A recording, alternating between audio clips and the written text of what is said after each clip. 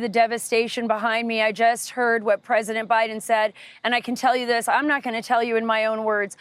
I'm going to let them tell you for themselves the response from the federal government. But we had an opportunity today. We actually flew over Chimney Rock, Lake Lure, completely devastated. I don't even know if there's a word to describe what I witnessed. It's nothing short of tragic. People lost their lives. Their homes went down the river. It was actually so devastating that there was a geological shift in the river. So where the river had actually been at one point, it actually shifted to another area within the community. So an entire golf course was gone, a mini golf, restaurants toppled over, the streets were covered with debris. But there was one thing that was certain, and one thing that I saw.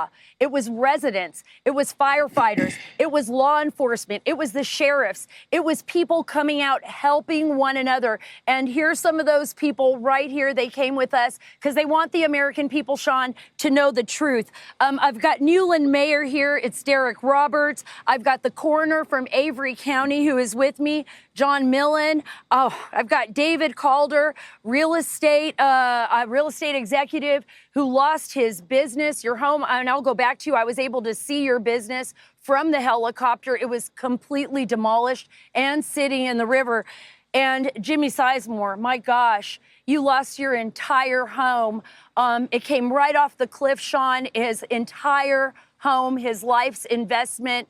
It was out of the flood zone, came right off the cliff. I want to start first right here with Derek, Mayor Roberts. Talk a little bit about how you and your family experienced that night when Hurricane Helene came in. I know you were with your daughter, you were with your children. What happened? Yeah, it turned ugly quick. It went from some rain and some wind to a tree in our bedroom, and our basement was flooding, and my wife grabbing our daughter Tatum and our grandkids and Isaac, and they took off. I got on the phone with USA right away, right in the middle of it. It was just awful. It was just shocking. Let me ask you this before we go on to you, John. Yeah. Did you get in touch with FEMA right away? Was there any government officials that you've seen over these days since Hurricane Helene devastated your home? Has anybody been here to help you? Because this is the big question. Sean just played a clip of President Biden saying that you all are getting everything you need. What is FEMA? Right.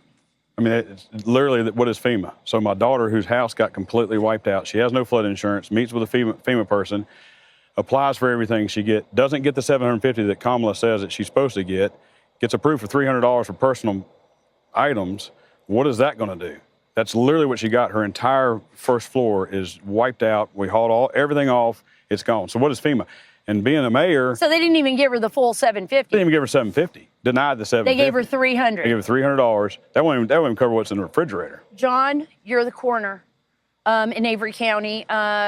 So you know, Sean, he would have the information on the people in his county that have either been missing or that have either been reported dead, unfortunately, due to Hurricane Helene. Can you talk a little bit about that first? Yes, I can. Thanks for having us, Sarah. As of yesterday, we had reported 4 confirmed deaths. Not a hard figure on missing at this point. Avery County is a weekend tourist destination. We don't know who may have showed up and is unaccounted for that didn't tell anyone. There are areas we're still looking. We have urban search and rescue and cadaver dogs and teams from Pennsylvania, New York City Police and Fire. The outpouring of individual agencies and people just coming down and helping us has been wonderful. Citizens helping citizens, neighbors helping neighbors is how we've gotten by. The initial response was very slow, and I understand that. No one could prepare for this, but on the 4th day... You're National Guard, retired National Guard, so you understand what response should be. Right. Was it what it should be? Well, the motto of North Carolina National Guard is give us 24 hours, we'll give you an army. I retired from the Guard as an MP First Sergeant, did 4 disaster missions, retired police chief. It was very slow. I finally contacted State Senator Warren Daniel, who has been assisting our area. We're overlapping legislative districts to get help. He finally contacted the National Guard, but he asked me, what do you need? We originally had a handful of soldiers in Banner Elk, and I said, we need more than a handful. We need military police, doctors, nurses, medics, water purification technicians, general soldiers. What about with FEMA? FEMA and engineers and heavy equipment. What we're doing in their stead, and some finally did roll in, but we're just getting volunteers coming in with equipment and helping people. So, but what President Biden said, is that the case? I'm certainly not going to call the President of the United States a liar, but I've seen no evidence that it's functioning the way he's given a glowing recommendation of. I will. Absolutely. Sarah, I have a question. Okay, Sean has a question. Sean? So I Yes. just want to know, what is their message to Kamala Harris and Joe Biden? Because, you know, I'm hearing people that have had their lives uprooted. There was no help that we saw at all for a full week. What would they like what would they want to tell Kamala Harris, who now clearly wants to politicize this? What message do they have as she goes on, you know, call her daddy, call me daddy, call whatever daddy, Stern and The View and Colbert, and she's not in North Carolina. What's their message to her? So frustrating. And I'll go to you, David, for this question from Sean. You know, what would your message be to Vice President Kamala Harris and to the White House? What do you have to say to them? I mean, she's spent time on, you know, these shows, podcasts.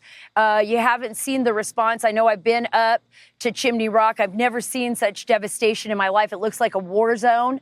I know people lost their life up there as well. What would your message be to her in the White House? Sean would like to know. Where are you?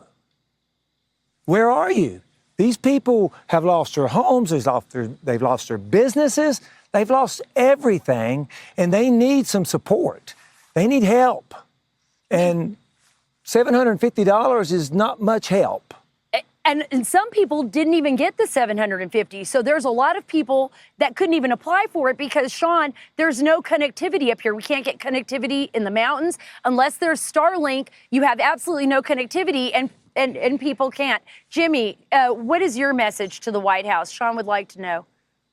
You lost your home, you lost everything, and the insurance may not cover it. Yeah, I lost my home. My home was still standing. It was a little different than the rest of my neighborhood. Our neighborhood lost 4 homes, just washed away and wiped out. But my home was on an 80-foot cliff, and it was standing. And I have a photo of it standing the next day after the storm.